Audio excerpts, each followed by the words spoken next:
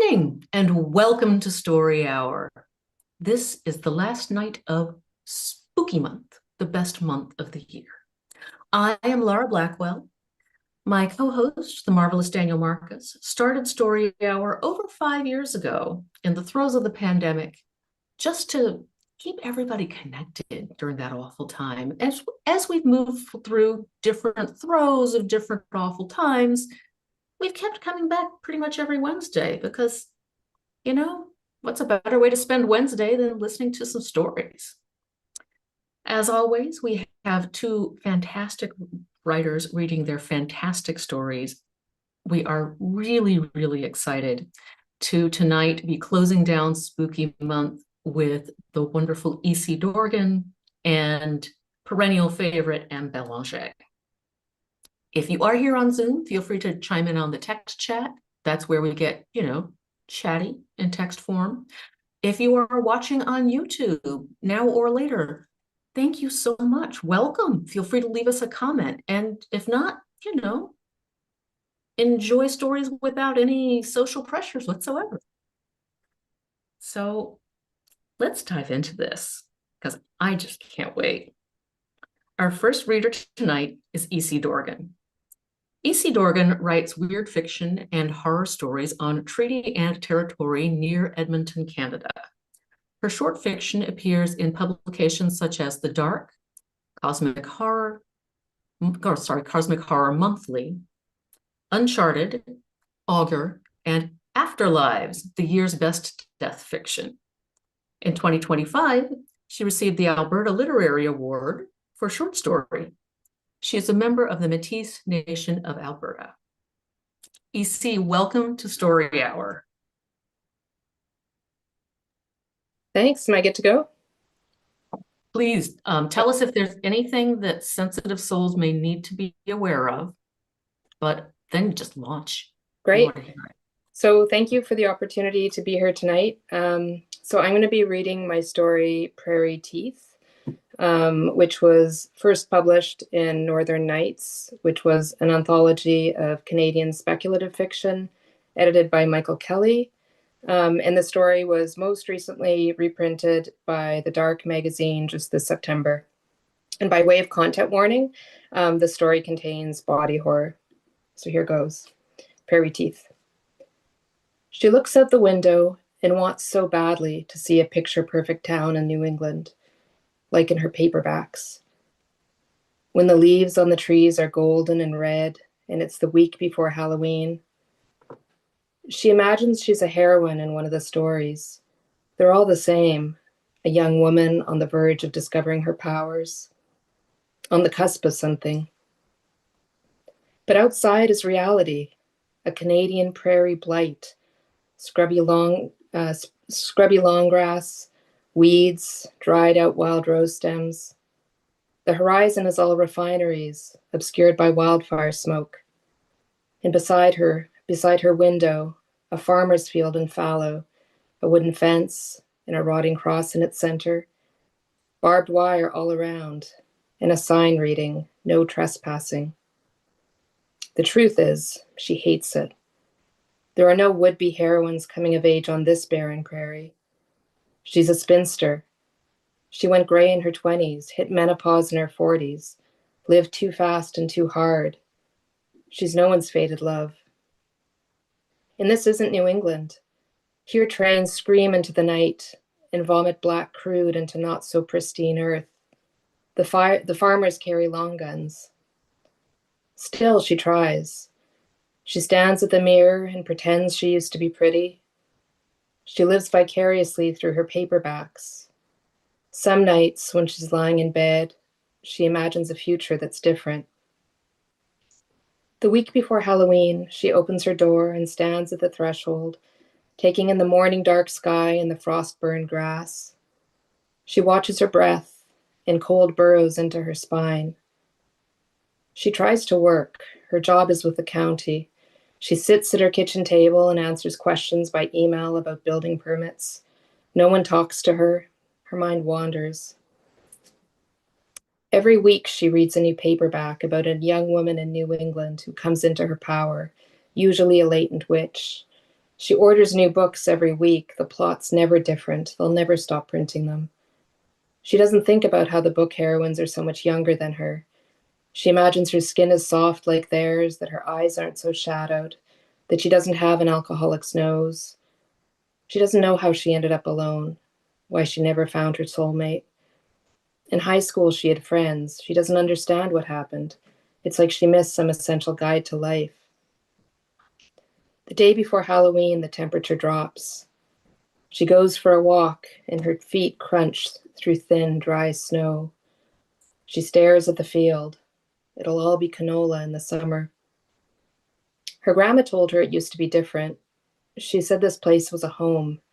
She said she used to hoe potatoes. She pointed her lips at the grave and said there was family. Family.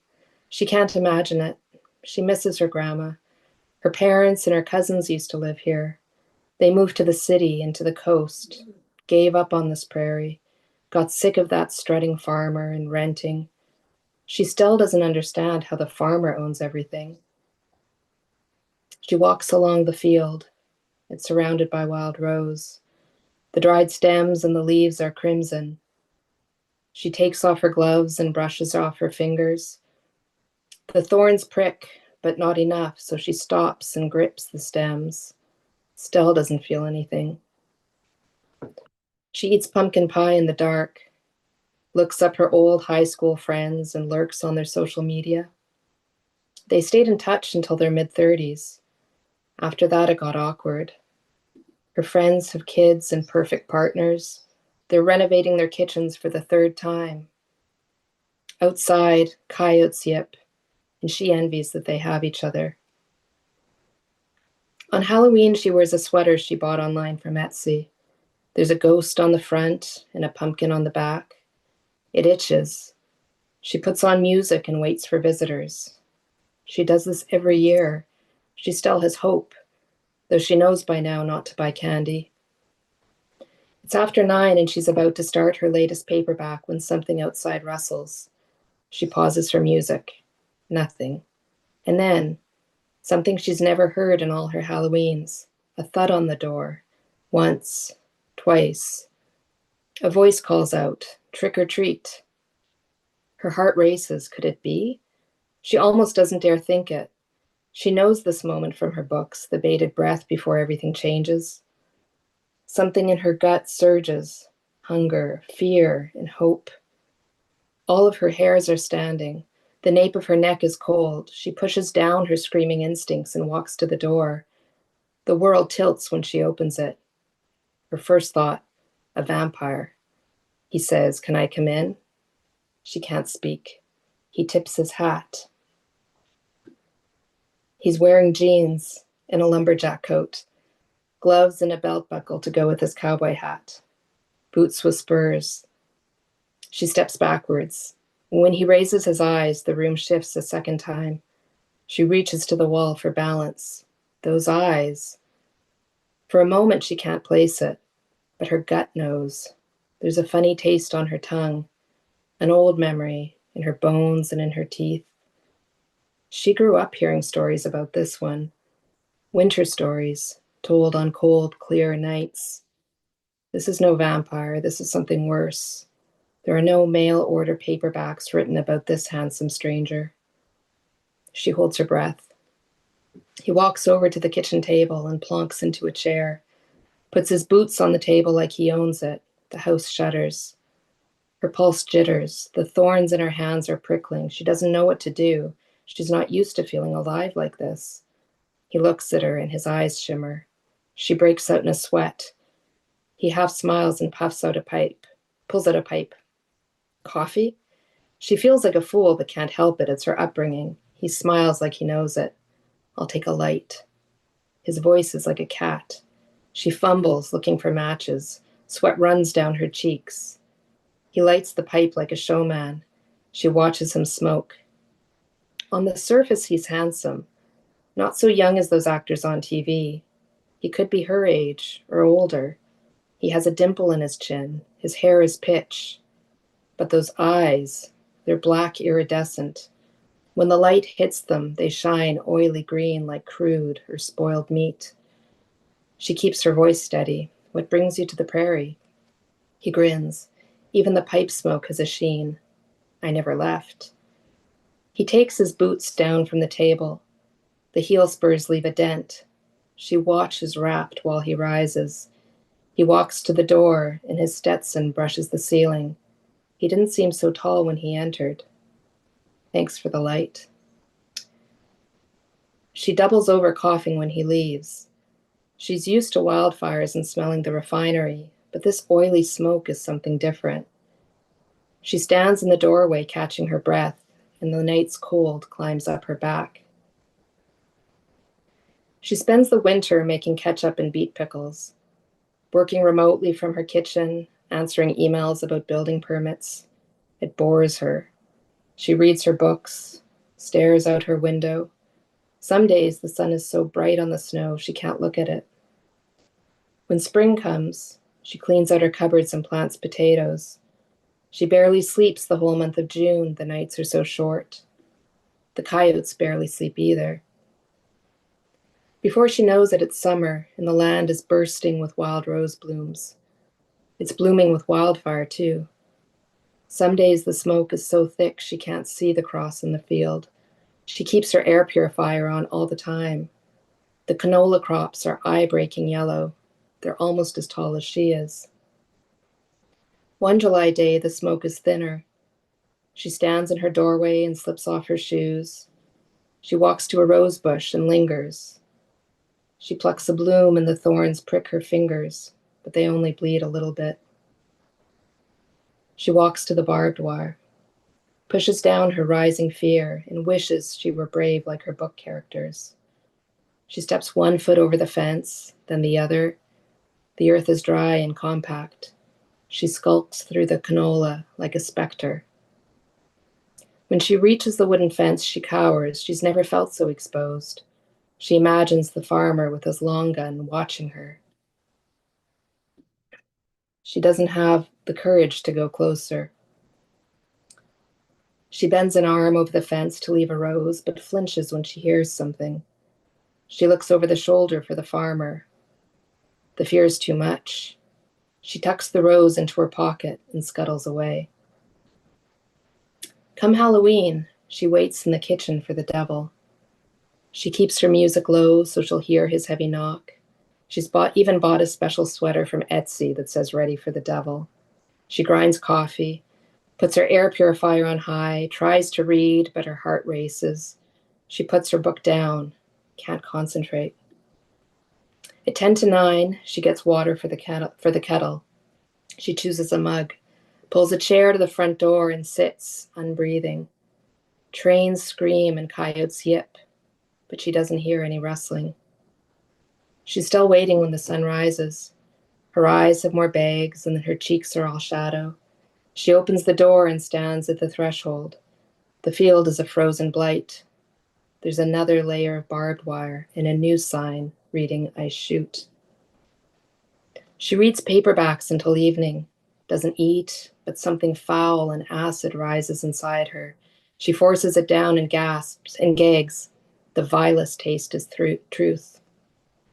She puts down her book. The devil didn't come. No one did all year. And apart from those moments as a ghost in the field, she never left this house. 2 years pass. She reads dozens more paperbacks. She confuses the characters and the titles, but it doesn't matter since they all have the same plot. There's no limit to the demand for them. Not like her story. No one wants that.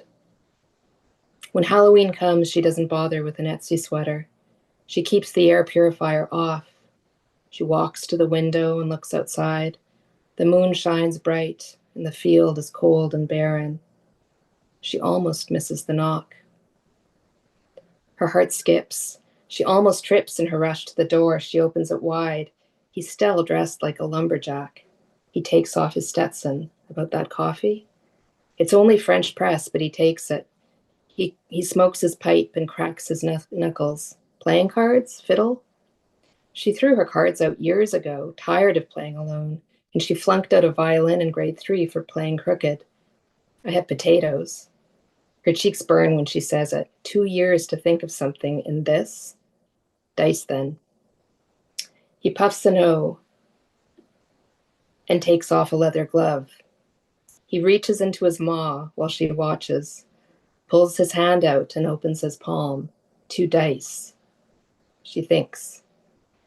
She's never played dice, but it can't be that different from cards or bingo. She knows those. Her grandma taught her. She sits down. The thorns in her hands are killing her. She reaches for the dice, but he closes his fist. We play with 4. He opens his palm. She jumps backwards. They're teeth. Her gums throb at the sight of them. She looks up and he puffs his pipe, grinning. She should say enough. Shoo the devil out into the cold where he came from. She breaks out into a sweat. The paperback heroines are never this desperate. But she's tired of hoeing potatoes, living vicariously through books, tiptoeing like a ghost, holding onto thorns just to feel something. She nods and the room shifts. He holds out pliers and she takes them. The metal is heavy. She fits them into her mouth and winces when they brush a filling. She must have been 6 when a dentist pulled out 2 of her teeth. He said it would feel like nothing and sound like ice. It didn't. 50 years later, she still remembers the pain. She closes her eyes and grips. This is worse than those 2 teeth at the dentist. Her eyes are tearing. She's choking on blood. Her skull throbs. She wipes the teeth on her jeans and throws them at the devil. He doesn't flinch. He only smiles wider. She dries her eyes, and for a moment, he doesn't look like the devil. He wiggles, giddy like a toddler. The devil counts by tooth cusps. Molars of 3 or 5, and those with fillings are flatter. Upside down teeth with 4 roots count for 4 when the devil gets them, but when she rolls them, they count 0. When she questions the logic, he mansplains her. The ache in her jaw makes her eyes water. When she throws, the devil blows oil puffs and her hand goes sideways. She's losing badly. The devil is downright gleeful. He claps when her molars go crooked and his land cusps up. His cheeks puff and he preens. She clenches her jaw. She can't stand to look.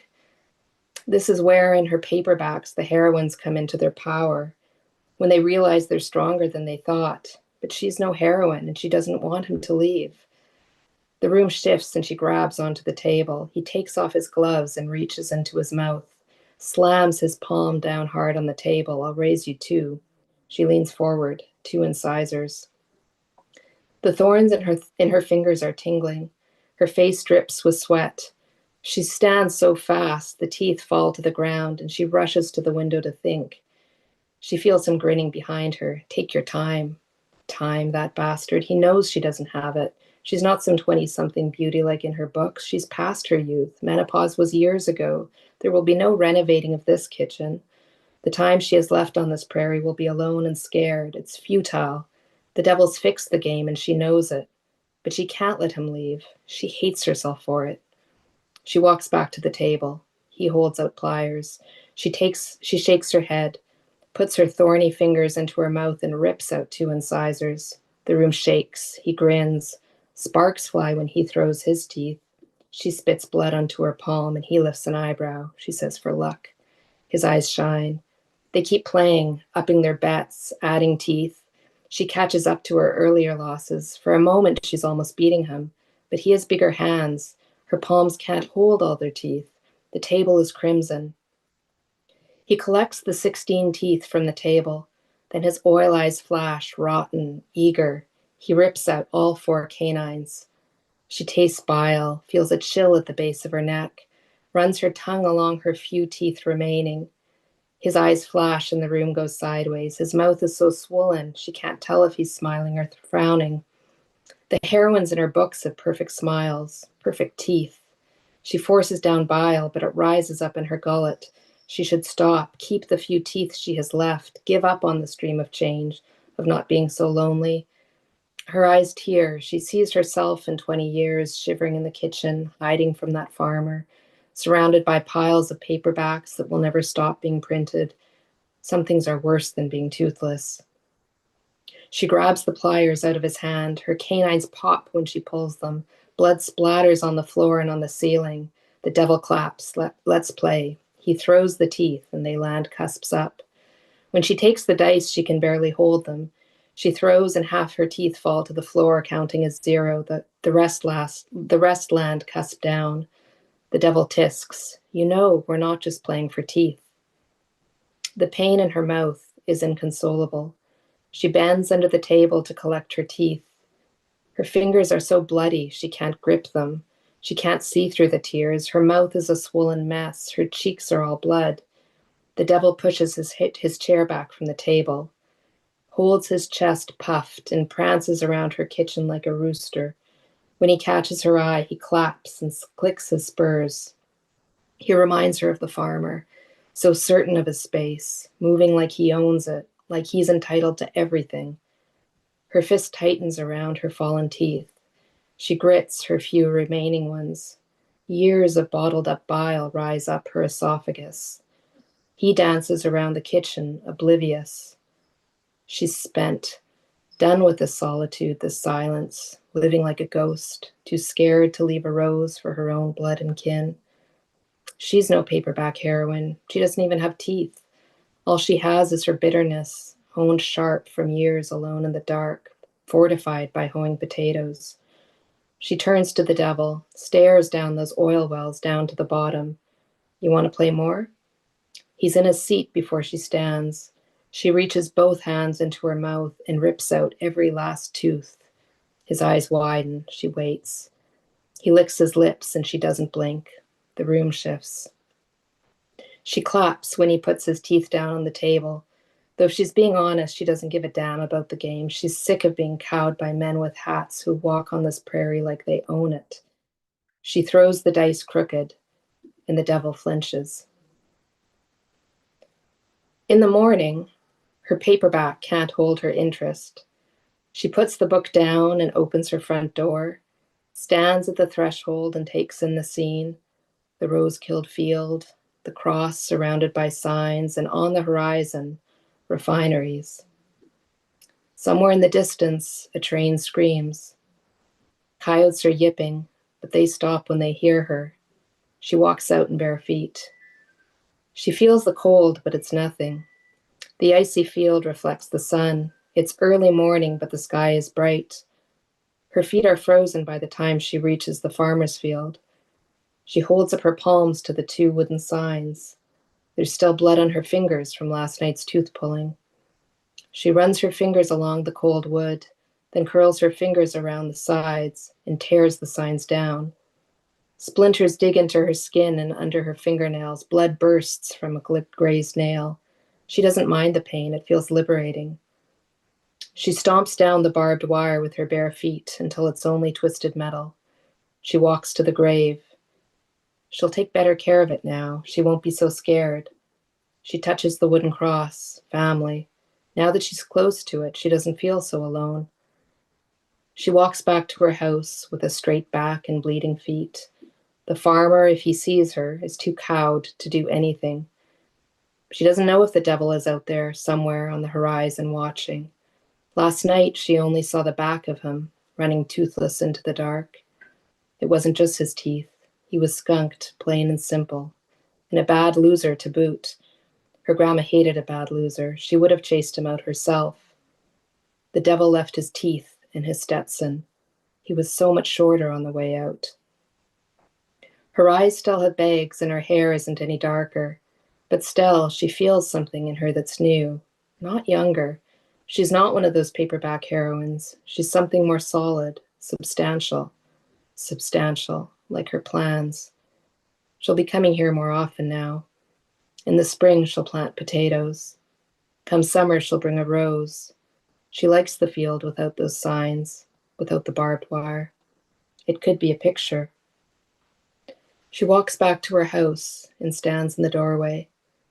The devil and the farmer can come for her. She'll be waiting with her thorns, her grin, and maybe her Stetson. She takes in the morning. Her smile is perfect. Thanks. That's it. Oh, Am. You see Woof. why I was so excited when E.C. Dorgan agreed to come read for Story Hour. Yeah. Mm. Mm. Well, it's going to be a body horror twosome. I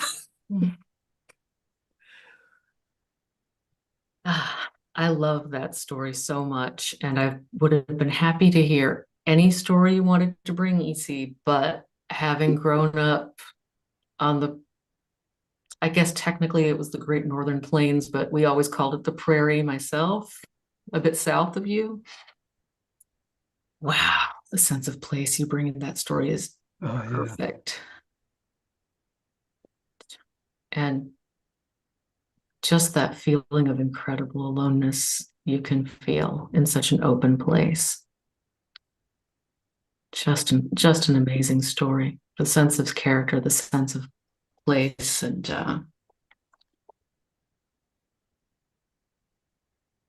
I think if there is anyone to outwit the devil, that it probably is that kind of woman. So thank you so much for reading us that. Yeah, lovely work, really. Thanks. It is our way at Story Hour to just take a moment between the stories to let the first one sink in and become part of us, and ready ourselves for another. And Daniel started out doing this with the breath, and I still find that works for me. So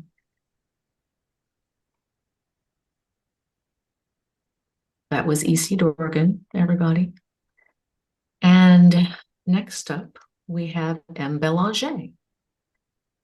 M Belanger is a Shirley Jackson and British Fantasy Award nominee, two-time recipient of the Joseph Cotter Memorial Poetry Prize, and author of over 30 books, including The Dictionary of Demons, Lonely House, and the Shadowside series. Belanger also writes music with Nox Arcana, and also has a really beautiful singing voice, which he didn't put in his bio, but I've heard it and I can tell you.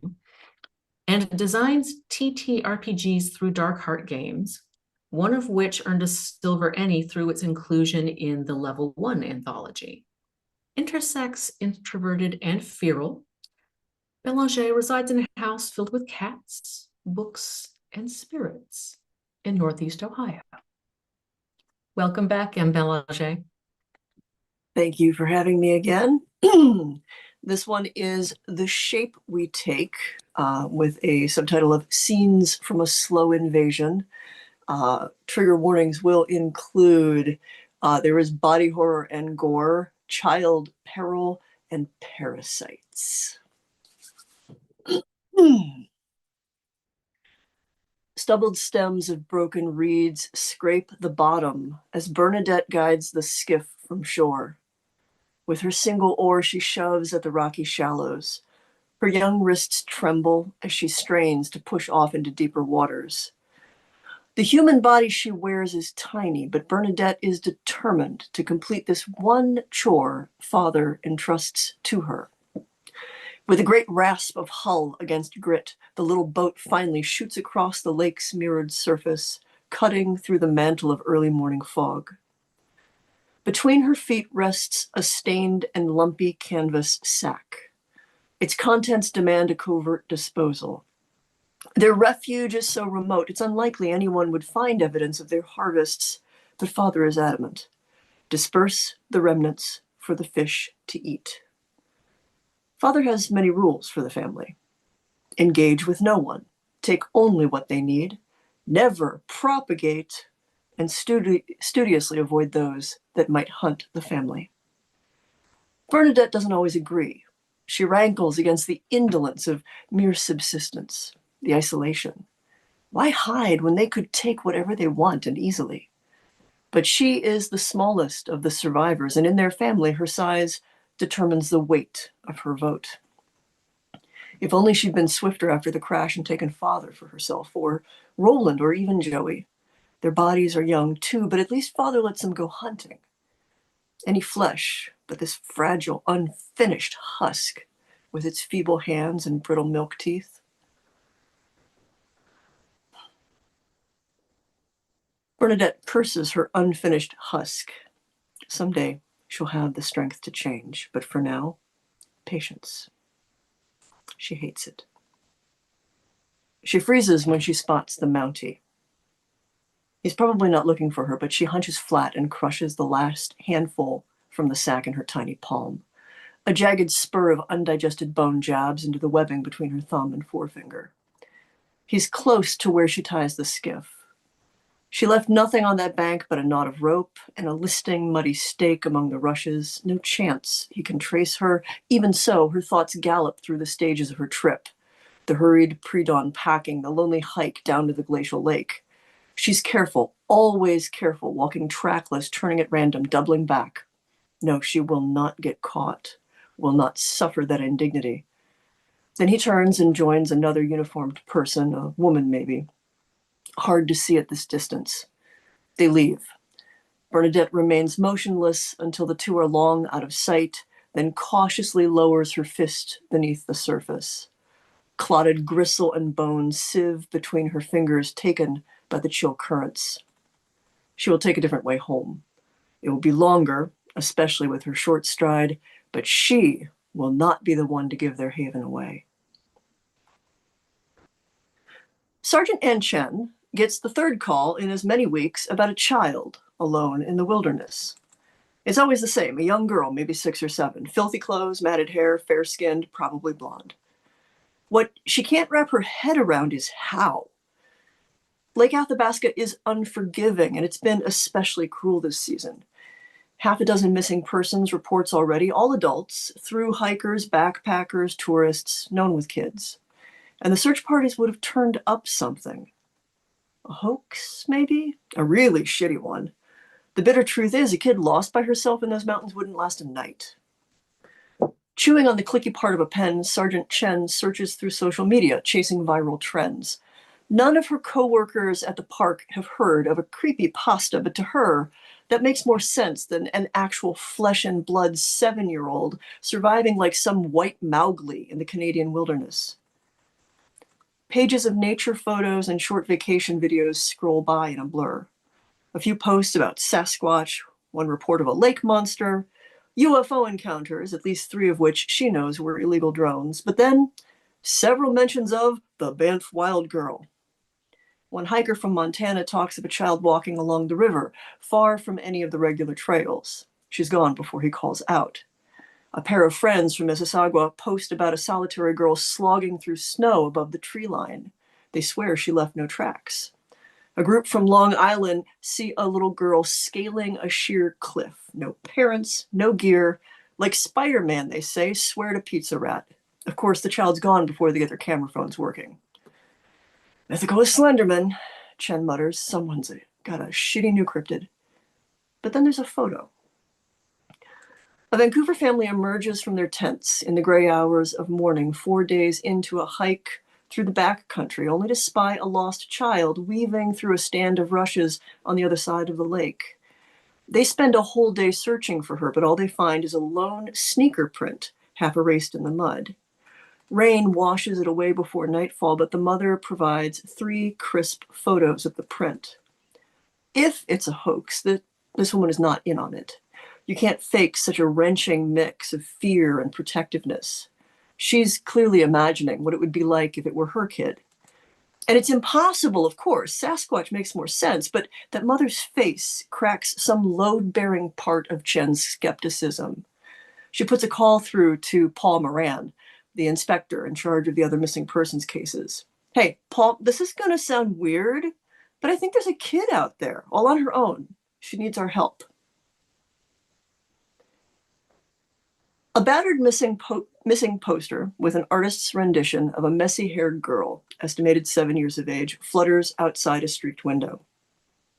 3 peeling sections of yellowed tape prevent the laser-printed page from blowing away. Above the squat building, a garish sign advertises bait, tackle, and gas. A mud-spattered Jeep pulls up to the antiquated pumps, and its rangy, freckled driver quietly curses the hand-lettered cash-only, pay inside notice. The author of the weather-curled note has helpfully provided an identical message in French beneath the first. Digging through his pockets, then extending the urgent excavation to the cluttered divider between the bucket seats, Danny Malone scrounges coin enough to keep his vehicle fed until he can find a proper service station further from the boonies. If he was still in the States, he'd expect to hear banjos in the distance. Was there a French-Canadian word for hillbilly? Chimes jingle behind him on the door. The dusty interior smells of motor oil and peanuts. Rows of crinkle-wrapped snacks stand empty of customers. The only sounds are his uncertain footfalls and the low, steady hum of 3 refrigerated displays, one with soft drinks, 2 with beer. The deliverance vibes intensify. A grease-streaked service bell sits like a grounded flying saucer to one side of the unattended cash register. Malone's hand hovers over the bit that works the clapper as he does swift mental calculus concerning his current balance of risk and reward. Unless another service station magically waits for him a mile down the road, he has to gas up here if he wants to get out of these mountains before night. Fuck it, he says, and hammers the bell with the heel of his hand. The shrill racket is answered by a thin groan from just beyond the door marked employees only. Of course, they're sleeping, Danny thinks uncharitably. Don't want to wake up for customers? Don't run a gas station.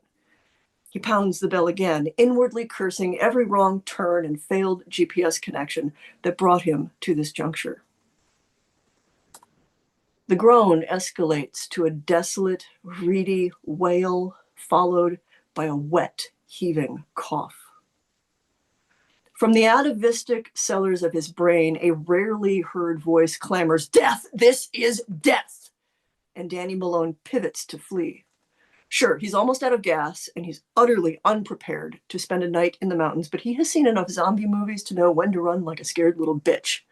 Then, I need help, please. Danny flattens himself against a wall display of tobacco products, then cautiously presses the toe of his shoe to the kick plate of the door. The hinges creak because of course they do. Beyond that sound, Danny listens before daring the open doorway. The runaway rhythm of his heart pounds in his fingers, his bellies, even his eyeballs, so he feels it with excruciating clarity when that pulse momentarily freezes from the shock of what he sees. At the end of a short hallway, a Métis woman in her middle 60s sits splay-legged in a pool of her own gore. Her slumped shoulders brace a metal door marked exit. One hand locks around a shotgun resting across her thighs, and the other curls tight and trembling against her belly. Slick loops of intestine peek through her fingers. A plastic tag on her shirt reads, Hetty. Couldn't reach the landline, Hetty wheezes. Her skin is gray. Danny's head crowds with a chaos of unhelpful questions, primary among them being, what the fuck did this, and is it still here? Phone's by the register. She coughs again, spitting blood and popping loose another curl of intestine. She knows, distantly, it's a real mess down there. No idea what kind of knife the kid had, just swung his hand and split her like a magic trick. Maybe something for gutting fish? Sure gutted her. The freckled guy's just standing there, his mouth hanging open. Her white savior. She laughs. He kind of looks like a fish, too. Telling him to hurry would be ridiculous. She's pretty sure she's past hurrying anyway. Had accepted the inevitability of her demise a full 30 minutes before fate brought Danny Malone lost through her door. Danny's brain catches up with his rocketing adrenaline, and he registers the rest of the scene in time-dilated flashbulb bursts. The hallway has a door for a bathroom, closed. Beyond that, there's a cramped storeroom. If it had a door, it's off its hinges. Blood-smeared handprints map the grisly geography of a fatal struggle. A second expanse of blood pools from the storeroom, almost but not quite merging with the blood around the woman. 2 feet, still as the mannequins poke into the hallway, clad in mud-caked hiking boots. Worn strips of duct tape hold the toes to the boots together. Compelled by irresistible curiosity, Danny steps forward in the hall, just far enough to see the mess of the little storeroom. Inside is a boy, 14, maybe 15 years old. Ragged and filthy, he sprawls among blood-spattered boxes, clotting patches of hamburgered flesh at his shoulder, belly, and left thigh attest to the gas station attendant's facility with her shotgun. Half the boy's face is gone, a point-blank shot. Before Danny looks away, something thin and segmented thrashes in the ruin. Beetle green and startling against the bone-speckled crimson gore, the thing twitches once, twice, and then curls upon itself like a squashed spider. Hetty cackles herself unconscious as the white guy vomits all over her shoes. Sergeant Ann Chen gets the call exactly 3 minutes before the end of her shift. She almost doesn't take it. It's not like she has anything important on her social calendar. The only loved one waiting at home is Snickers, a chubby brown tabby easily mollified with an extra portion of freeze-dried salmon should she come home late. But it's been a shit day filled with petty incidents involving tourists who should have known better or not come to the wilderness in the first place. And Chen wants a hot meal, a cold beer, and a nice lie down, not necessarily in that order. On the last ring before kicking to voicemail, Chen picks up the phone. Sergeant Chen. The voice on the other end is crisp, familiar. Yes? It's Inspector Moran. We have a lead on your mystery girl. Seriously, it's been months. I think we found her brother. Did he see the flyers? Chen asks. She pulls a pen from her souvenir mug to nibble. Why didn't he report her sooner? The boy's dead, Moran says. Wait, dead? She echoes. She has so many questions. How long has this kid been dead? What killed him? Of all the missing people this season, have they finally found a body? Are you sure they're connected? She asks. He was killed in a robbery. The way he was dressed, we thought he was a transient, but he had a phone on him, dead as a brick. But once it charged, Chris, and there's a video on the phone from January. This family in a cabin. One of them looks like the missing girl, and Moran trails off as someone calls for him. There's a lot of background chatter. Chen can't make out the words, but the voices are urgent, almost panicked. And what, Paul? She asks. More muttering from whoever else is around him. No one sounds happy. We're still trying to make sense of what we can see in the video, but something terrible happened at that cabin. We're going up right now to check for survivors. Survivors. An endless spiral of terrible scenarios whirls in Chen's brain. To think she almost dismissed reports about this poor girl. I want to come. The cabin's in the ass end of nowhere. You'll have to leave right now if you want to get there before dark. Just give me the closest thing to an address. Moran drops a pin and sends it to her phone. The place is remote, almost certainly off-grid and well out of cell service. If a family wanted to disappear, that would be a good place to do it. So, not alone, but what? Isolated? Abused? Trafficked? Chen, Moran says. She's never heard his voice like this. Be ready for the worst. When Chen pulls up to the cabin, 3 other RCMP vehicles are already there. The sun's gone, swallowed by the western horizon, maybe 10 minutes before. In its absence, the parked trucks beam their collective headlights onto the solitary home, illuminating its small cracked windows, a weather-beaten porch, and bashed-in front door. Dark stains of scarlet smear the doorframe as if someone had held on for dear life before getting dragged inside. Feeling the first flush of adrenaline, Chen breaks several meters behind the other vehicles, angling her truck so it blocks the rough track leading back to the distant main road.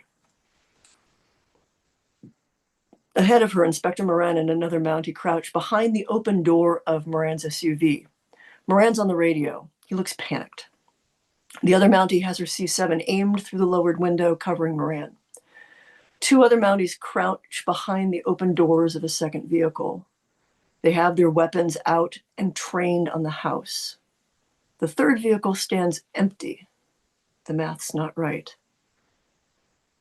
Chen checks her sidearm, then pockets extra ammunition from a box in her glove compartment. Steadying her grip on the weapon, she cautiously opens her door and keeps low to the ground. 3 casualties inside the house, Paul says. Again, 3 casualties inside the house. One of them's ours. He tosses the radio back inside the SUV after a crackling response. What the hell, Paul? Chen hisses once she's close. Moran's face is spattered with dirt, and his eyes show too much white as he turns to her. Ciboire, he swears. This is a shit show. Keep your head down. We can't leave Nagel inside. The other woman never looks away from the sights of her rifle. Her voice is tight. It sounded like they tore him apart. They did, Moran says. Chris, right in front of me. He lifts a trembling hand to his muddy cheek, and Chen realizes with a hook in her heart, the dark speckling is not dirt. It is the finely misted droplets of arterial spray. Carotid, probably. There's no coming back from that. I shot the big one myself, Paul continues. The way he screamed. He mutters in Quebecois too low for Chen to catch the words, but the horror is unmistakable. The girl? Only saw 2, the woman beside him says. No girl. Probably the father and his youngest son. Hard to be certain, Moran says. They looked feral, and the stench. He gags a little just thinking about it. I've seen nothing else like this. Nothing. Maybe they've been holding her hostage, Chen ventures. On the long drive up here, she's imagined many things about this cabin and its family, all of them wrong. But over the weeks, collecting the bizarre litany of sightings, she's developed a bond with this little girl. If not the child herself, then the idea of her. Wandering the wilderness, impossible and alone. She's just trying to get away from whatever the family's got going on, right? We could toss in another couple CS canisters, the other woman says, but I think if anyone was going to come out because of the gas, they'd have done it already. Do you think it's safe to go in, Chen asks. Search for signs of the girl and all the other missing people, maybe, she thinks, but dares not speak those thoughts out loud. We should clear the place. Cautiously, he urges, though from the expressions of all the gathered law enforcement, no one needs the reminder. From the cover of a storm-toppled tree, Bernadette watches as intruders swarm her family's refuge. She doesn't know how they got there, only knows they didn't follow her. Instinctively, she suspects Roland. He's been sloppy these past few hunts. She quests with quivering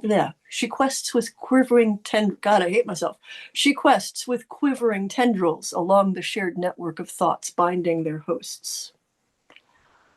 Surprised when she feels the utter absence of both Roland and Jolie. They're gone? Just like that, they're gone? Father's presence is a trumpet, brash and blaring as he clings in his defense of their adopted homestead. And then he too succumbs.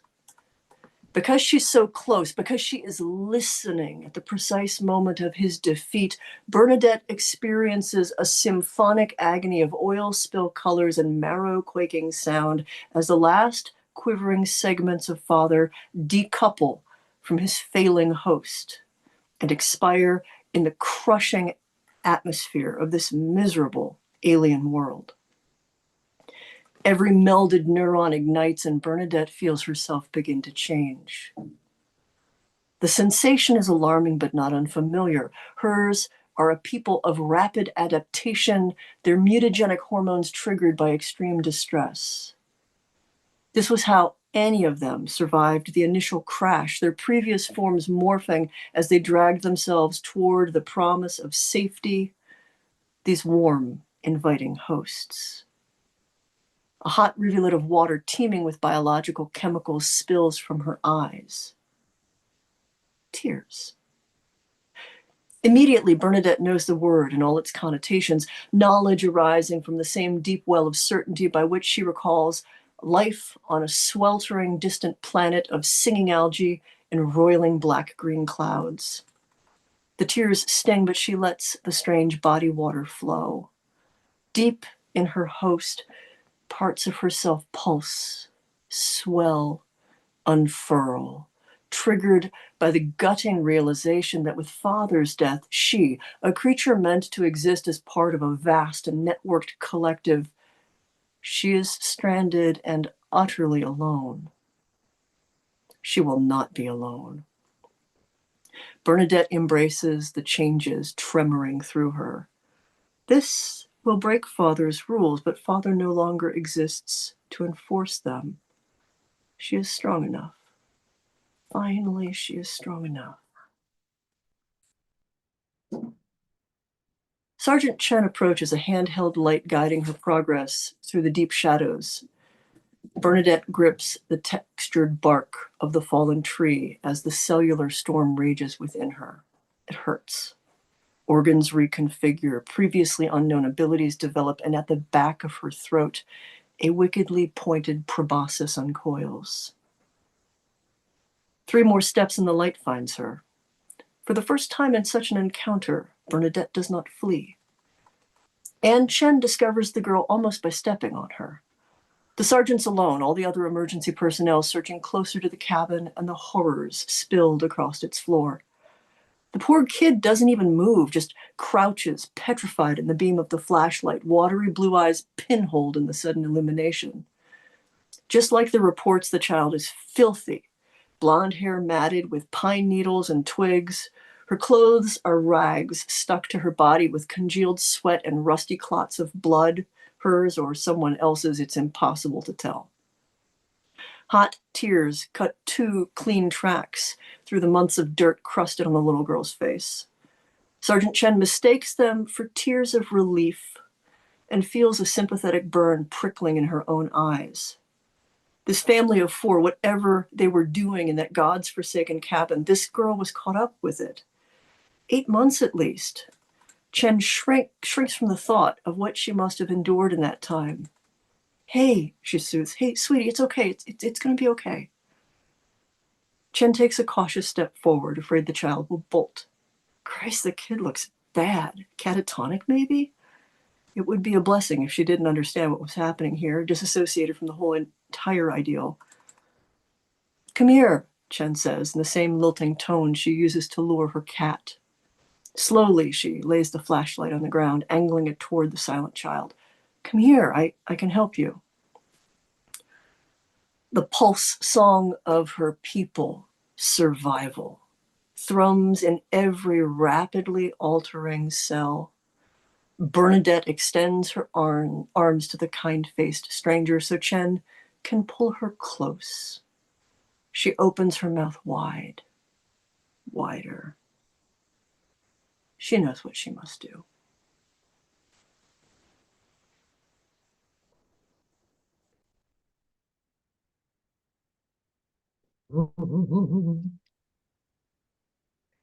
Questing Oh, tendrils, blah, blah, blah, on my poor tongue. oh my goodness. Honestly, don't worry about it. We were all just hanging there waiting for more story. So, That was, oh, believe it or not, a dream down to the location. I have very, very messed up dreams. that is so interesting that did you know that you were reading with a Canadian today? Nope. Wow. Not like this. This is one I picked quite some time ago, and I was just like, well, it's a Canadian twofer. Well, wow. They're both so different, but I enjoy both of them tonight so much. Yeah.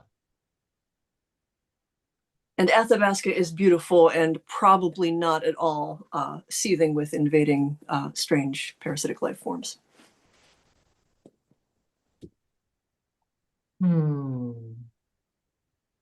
Oh man. Daniel, we are just the luckiest people. I'm telling you, aren't we?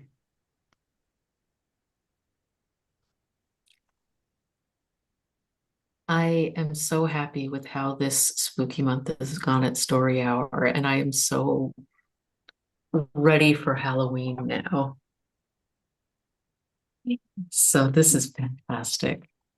Um, wow. Well, next week it'll be November. Spooky month will be over. We'll be getting back back to a more regular pace of things. Next week, our readers are Natasha Calder and Michael Haynes. And I do recommend checking storyhour2020.com the day of, just in case there are any changes, because we'll post them there and on Blue Sky if there are any. And storyhour2020.com also has our calendar, so you can check for upcoming reader guests, and a recordings page that has links to YouTube, where we have the 5 years of Story Hour all there for you. You can also just go to Story Hour 2020 on YouTube and,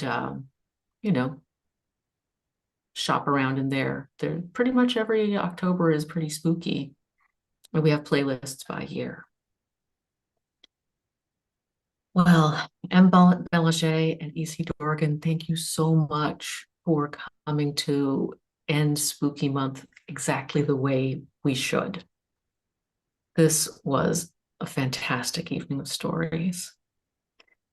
Thank you, Daniel, because Daniel, if you had not started Story Hour, none of us would be here right now.